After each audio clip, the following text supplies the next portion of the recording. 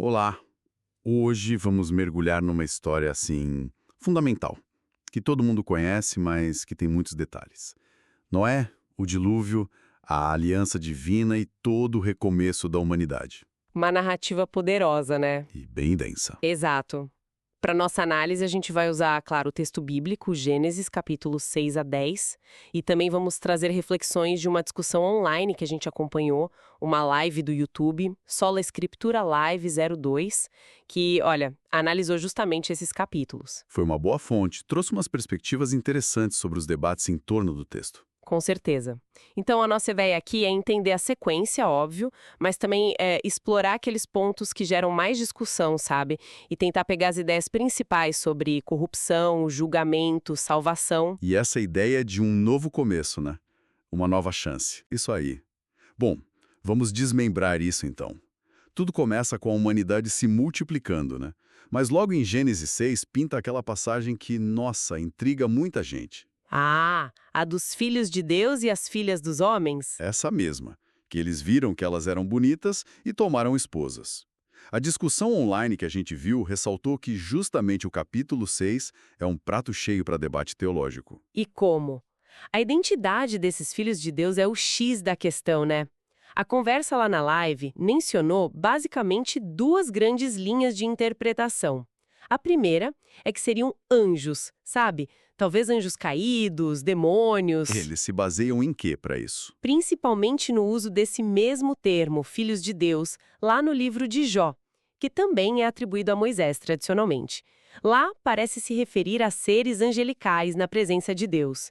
Então, alguns comentaristas fazem essa ligação, como foi dito na live. Entendi.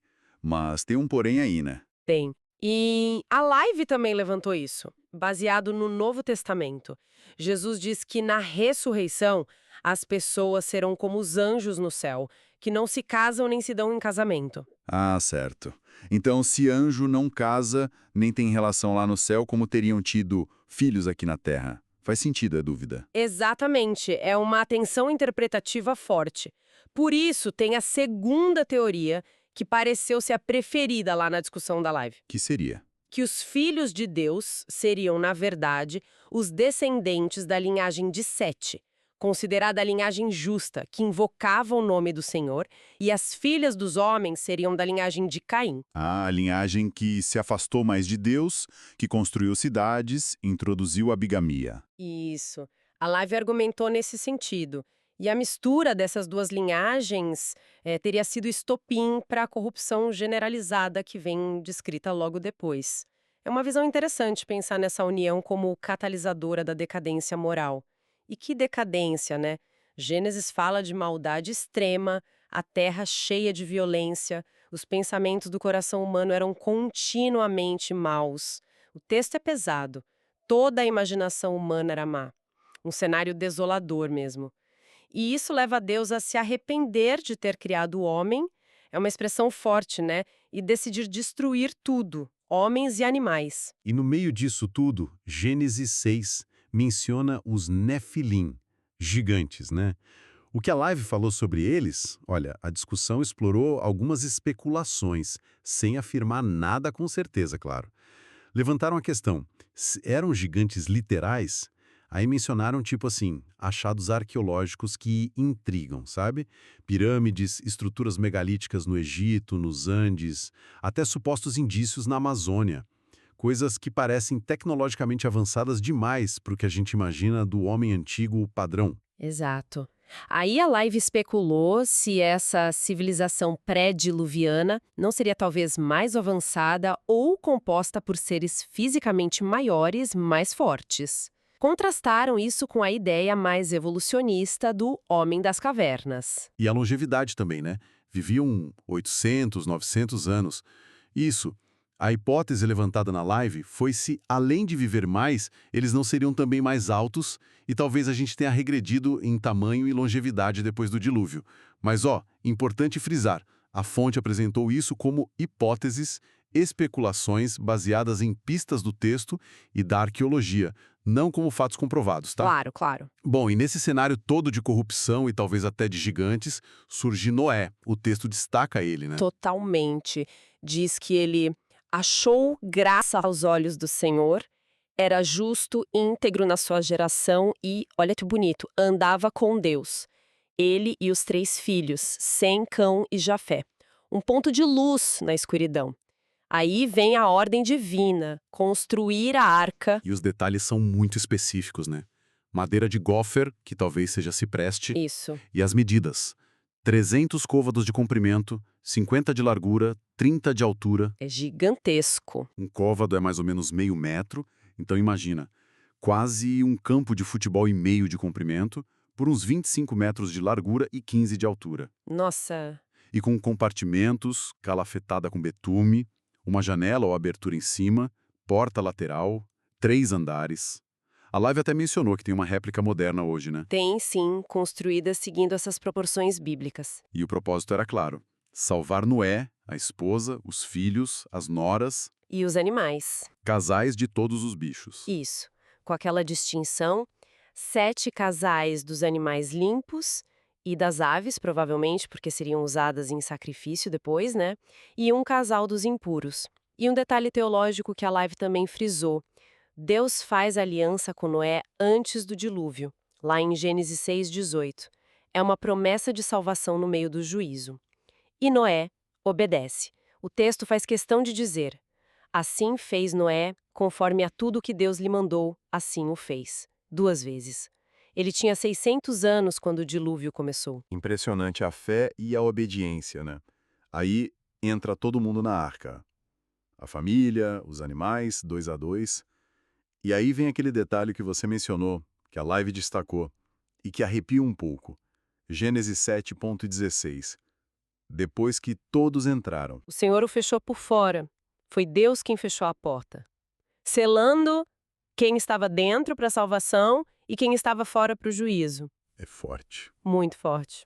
E as águas, de onde vieram? O texto fala de 2 fontes. Exato. Romperam-se todas as fontes do grande abismo e abriram-se as comportas dos céus. E choveu 40 dias e 40 noites. A Live trouxe uma interpretação bem interessante sobre isso, tentando ligar com o que a gente sabe hoje de geologia. Que seria? Bom, hoje se sabe que existem oceanos subterrâneos imensos, com mais água do que nos oceanos da superfície. A teoria que a Live apresentou sugere que essas águas subterrâneas jorraram com uma força absurda, seriam as fontes do abismo. Ah, entendi. E a chuva? As comportas do céu. Poderia ser, segundo essa interpretação, não só chuva normal, mas principalmente a água desses jatos subterrâneos caindo de volta.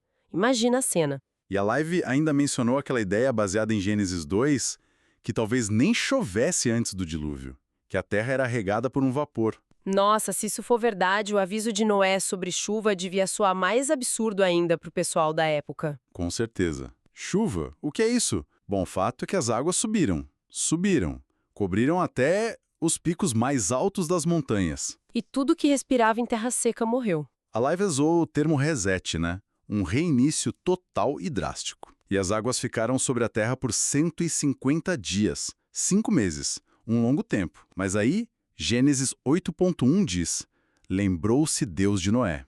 Que virada, né? Sim, aí as águas começam a baixar, as fontes do abismo e as comportas do céu se fecham e a arca vai parar lá nos montes de Ararat. E tem a famosa cena do Noé soltando as aves, né? O corvo, a pomba. Isso, a pomba que volta, depois volta com a folhinha de oliveira, um símbolo de paz e de que a terra estava ressurgindo, e depois não volta mais. Sinal de que dava para sair. E finalmente, depois de mais de 1 ano dentro da arca, eles saem, Noé, família, animais, e a primeira coisa que Noé faz? Constrói um altar e oferece holocaustos a Deus com os animais limpos. A Live conectou isso bem, né?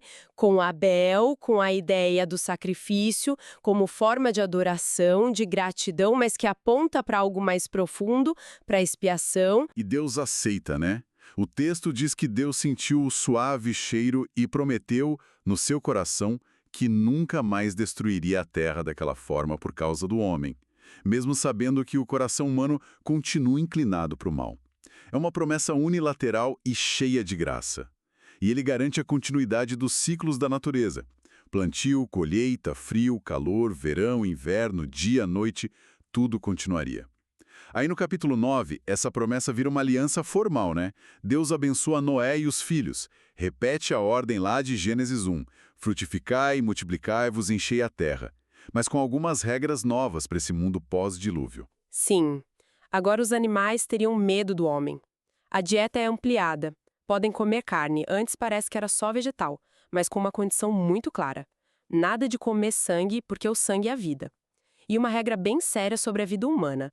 Quem derramar sangue humano terá seu sangue derramado. A pena de morte por homicídio justificada porque o homem é imagem de Deus.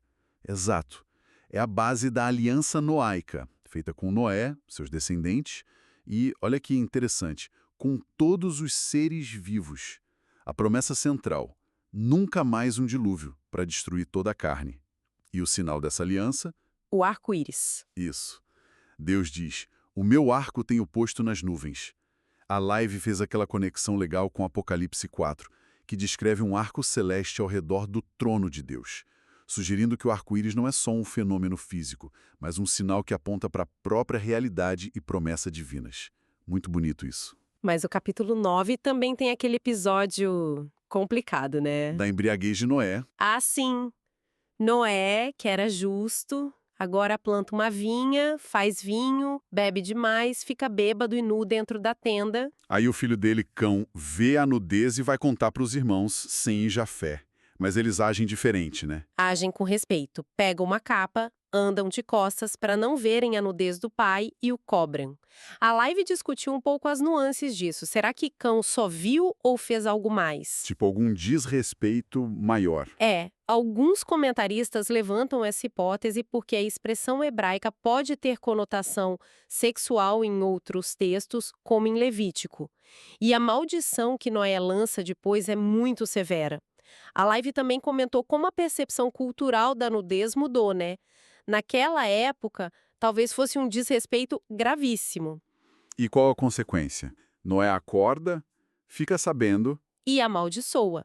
Mas não Cão diretamente, e sim o filho de Cão, Canaã.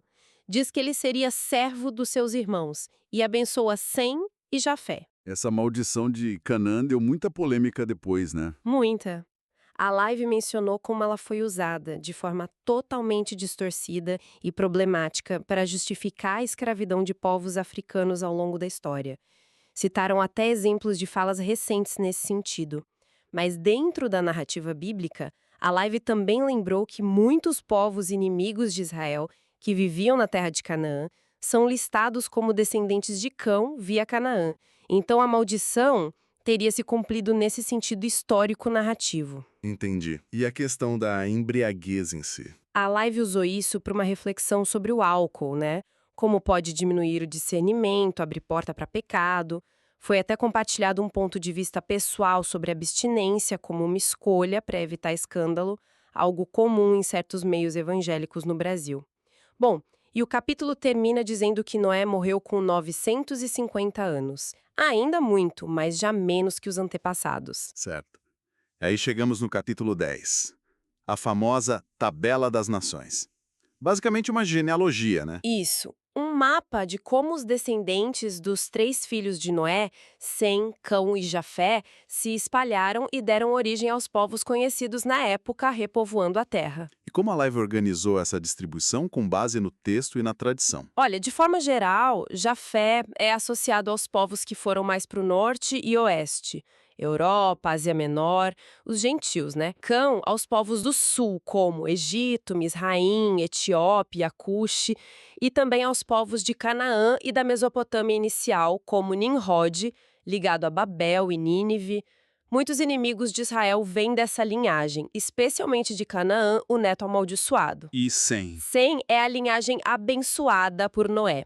Dela vem Éber, que talvez dê origem ao termo hebreu, e, mais importante, é da linhagem de Sem que virá Abraão, o pai da fé central nas promessas futuras de Deus. Então a linhagem da promessa vem de Sem, exato, e a live destacou um detalhe interessante na genealogia de Sem, um descendente chamado Peleg. O nome significa divisão. E o texto diz, porque em seus dias se repartiu a terra. Isso já aponta para a Torre de Babel, né? Que vem logo no capítulo 11, né? Provavelmente. É a explicação bíblica para a divisão dos povos e das línguas. Então, Gênesis 10 lista os povos, como eles se espalharam, e Gênesis 11 vai explicar por que eles se espalharam e se dividiram em línguas diferentes. Faz todo sentido a ordem. Nossa, que jornada por esses capítulos. Recapitulando rapidinho. A gente viu a corrupção humana chegando num nível extremo, o juízo divino através do dilúvio, mas também a graça de Deus preservando Noé e a família.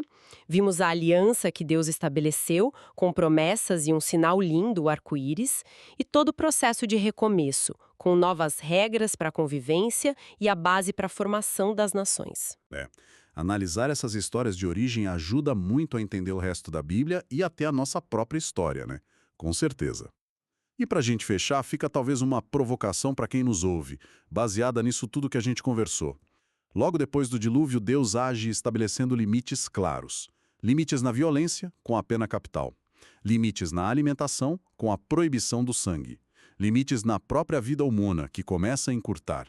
E ele firma uma aliança com um sinal visível, um memorial, o arco-íris. Interessante pensar nesses limites. Pois é. Considerando que o problema, antes do dilúvio, foi a transgressão, o orgulho humano e que isso vai aparecer de novo logo ali em Babel, qual o significado de Deus instituir essas fronteiras, essas regras, esses memoriais, logo depois de um evento tão radical? Talvez seja um convite para a gente pensar na importância da ordem, da memória e do reconhecimento dos limites na nossa relação com Deus e com o mundo, né? Especialmente depois de ver o poder do juízo, mas também a profundidade da misericórdia e da aliança. Fica aí para pensar.